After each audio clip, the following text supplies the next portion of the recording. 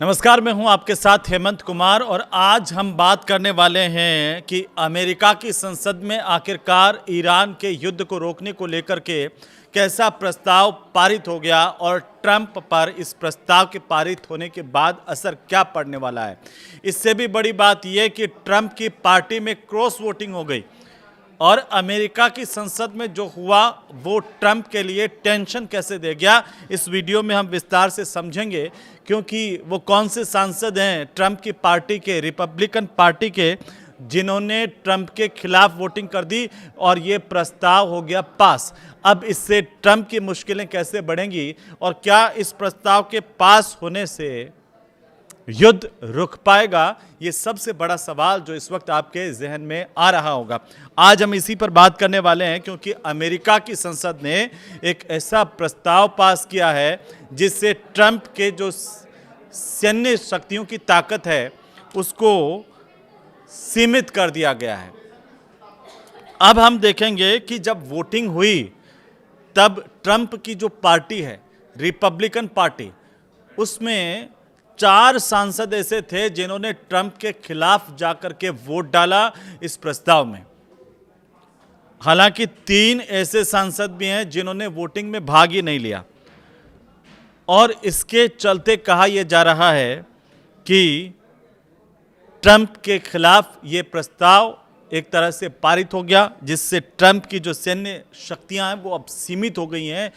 Trump कुछ भी बयान दे रहे थे, हो सकता है उन पर लगाम लगे ना लगे, लेकिन सेना को आदेश देने के मामले में लगाम ज़रूर लग गई है। क्योंकि विपक्षी पार्टी जो डेमोक्रेट्स हैं उनका साथ दिया ट्रंप की पार्टी के 4 सांसदों ने। क्रॉस वोटिंग कर लीजिए या ये कह लीजिए कि ट्रंप के खिलाफ जाकर के वोट डाला और असर क्या हुआ कि 50-47 से पास हो गया प्रस्ताव। 50 वोट इस प्रस्ताव के पक्ष में पड़े और 47 वोट ऐसे थे जो इसको पारित नहीं करवाना चाहते थे, यानी कि विपक्ष में पड़े। इस तरह से ये प्रस्ताव जीत गया और ट्रंप की पार्टी के भीतर टेंशन भी शुरू हो गई। अब इसे कानून बनाने के लिए क्या करना होगा, ये अभी इसके कुछ और चरण हैं कि एक प्रस्ताव इसे लेकर के जब पारित हुआ है तो कुछ और चरण हैं जिनसे इस प्रस्ताव को गुजरना होगा, उसके बाद ये कानून बनेगा। अगर ये प्रस्ताव कानून बन जाता है तो ट्रंप सरकार को ईरान के खिलाफ जो युद्ध हो रहा है उसको जारी रखने के लिए कांग्रेस की मंजूरी वहाँ पर लेनी पड़ेगी। अगर कांग्रेस इसे मंजूर नहीं करती है तो ट्रंप इस युद्ध को जारी नहीं रख पाएंगे, उनकी सरकार इस युद्ध को आगे जारी नहीं रख पाएगी। तो दोस्तों, जो अमेरिका की संसद है सीनेट, और सीनेट में इस पर अंतिम वोटिंग होना हालांकि अभी बाकी है, जैसे मैं कह रहा था कुछ और चरण भी बाकी है, और इसके बाद इसे रिपब्लिकन पार्टी की जो बहुमत वाली सरकार है, ट्रंप सरकार, हाउस ऑफ रिप्रेजेंटेटिव्स, उससे भी मंजूरी लेनी होगी। हालांकि इसके बाद भी ट्रंप इसके खिलाफ वीटो कर सकते हैं। फिर उस वीटो को रद्द करने के लिए क्या करना होगा, उसके लिए सीनेट और हाउस दोनों में 2/3 बहुमत होना चाहिए, तब जाकर के ट्रंप का वीटो जो है वो कैंसिल हो पाएगा।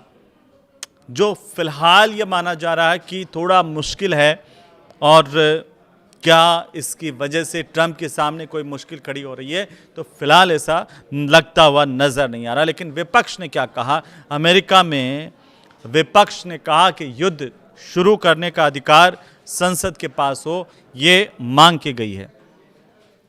और ये जो वोटिंग हुई है उसमें इसे विपक्ष अपनी बड़ी जीत के तौर पर देख रहा है। 50-47 से जो ये प्रस्ताव पास हुआ, इसे विपक्ष अपनी जीत मान रहा है और माना ये जा रहा है कि अमेरिका में युद्ध शुरू करने या सेना भेजने का अधिकार जो है वो राष्ट्रपति का नहीं बल्कि संसद के पास होना चाहिए। और अमेरिका का जो संविधान है उसमें यही व्यवस्था, इसी तरह की व्यवस्था दी गई है।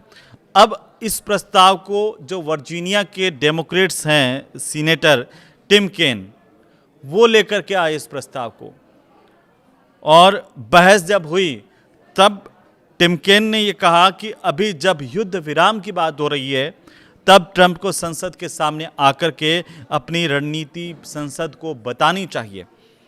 अब जो डेमोक्रेट सीनेटर टिम केन है, उन्होंने ये कहा कि युद्ध शुरू करने का अधिकार जो है वो संसद के पास है, सिर्फ राष्ट्रपति के पास नहीं है। वहीं व्हाइट हाउस ने ये कहा है इस पर कि ट्रंप ने अमेरिका की सुरक्षा के लिए अपने अधिकारों के तहत ईरान पर कार्रवाई की है। अब अमेरिकी कानून के मुताबिक कोई भी राष्ट्रपति बिना संसद की मंजूरी के सिर्फ 60 दिन तक ही सैन्य कार्रवाई चला सकता है, इससे ज़्यादा नहीं। इसके बाद या तो युद्ध खत्म करना होता है, या फिर कांग्रेस से अनुमति लेनी होती है, या फिर सेना की जो सुरक्षित वापसी हो उसके लिए 30 दिन की अतिरिक्त मोहलत मांगनी होती है कि संसद के सामने, सीनेट के सामने जाके कहें कि सेना को वापस लाना है, इसलिए उसे 30 दिन का समय दिया जाए। लेकिन इसे लेकर के चूंकि चर्चा अभी इस बात को लेकर के तेज़ हो रही है कि क्या ट्रंप पर अमेरिका की संसद में दबाव बढ़ता जा रहा है, ट्रंप संसद के इस दबाव से कैसे उभरेंगे, क्या अंतिम जो अवसर ट्रंप के पास है वीटो का वो भी फेल हो जाएगा या वो चल जाएगा, ये अभी देखने वाली बात होगी। लेकिन बहुमत के बीच में ट्रंप के खिलाफ ये प्रस्ताव पारित हो जाना ही बड़ी बात मानी जा रही है। और अब जल्दी से हम देख लेते हैं कि पिछले 24 घंटों में अमेरिका ईरान युद्ध को लेकर के हुआ क्या है, क्योंकि ट्रंप ने ईरान पर जो हमला है वो टाला है।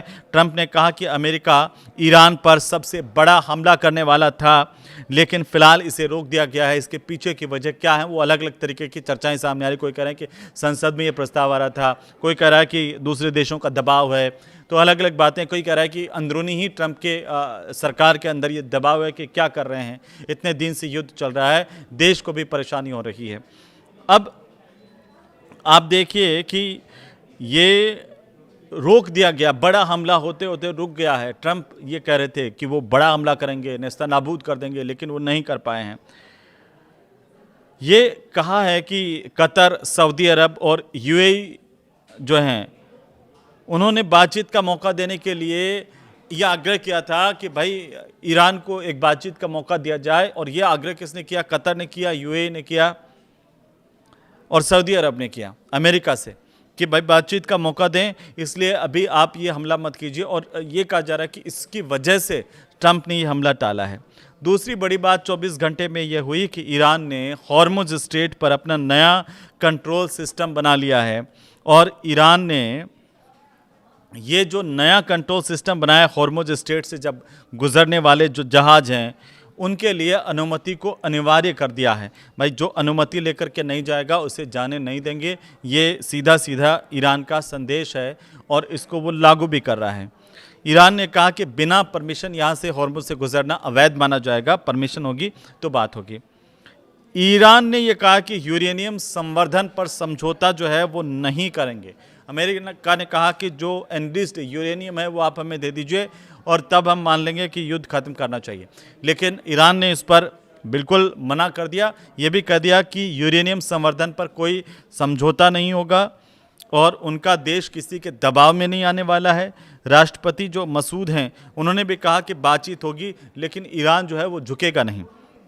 ये स्थितियां ईरान की तरफ से अभी भी क्लियर दिख रही हैं कि ईरान जिस बात पर पहले था वहां पर अभी अड़ा हुआ है, उसके व्यवहार में किसी तरह का कोई परिवर्तन आता हुआ अभी दिख नहीं रहा है। क्योंकि ये जो तारीख है वो 20 मई की तारीख है और इस दिन अगर ये बड़ी खबर आती है कि अमेरिका की संसद में ट्रंप के खिलाफ प्रस्ताव जो है वो पारित हो गया, तो ये वाकई ट्रंप के लिए टेंशन हो सकती है, उनकी सरकार के लिए टेंशन हो सकती है।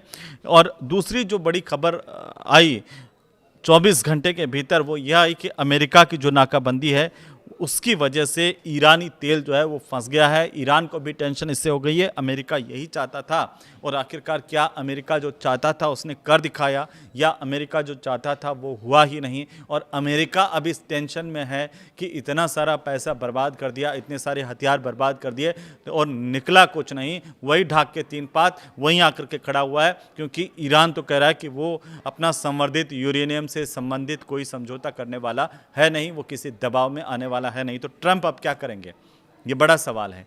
और आप इसे लेकर क्या सोचते हैं? क्या ये युद्ध बंद हो जाएगा या ट्रंप अपने पागलपन को और ज़्यादा सामने लेकर के आएंगे और कोई बड़ा हमला कर देंगे, उथल पुथल मचा देंगे, एक बड़ा कड़ा संदेश दुनिया के लिए भी दे देंगे। क्या ऐसा हो सकता है? आप क्या सोचते हैं? हमें ज़रूर बताइए कमेंट करके।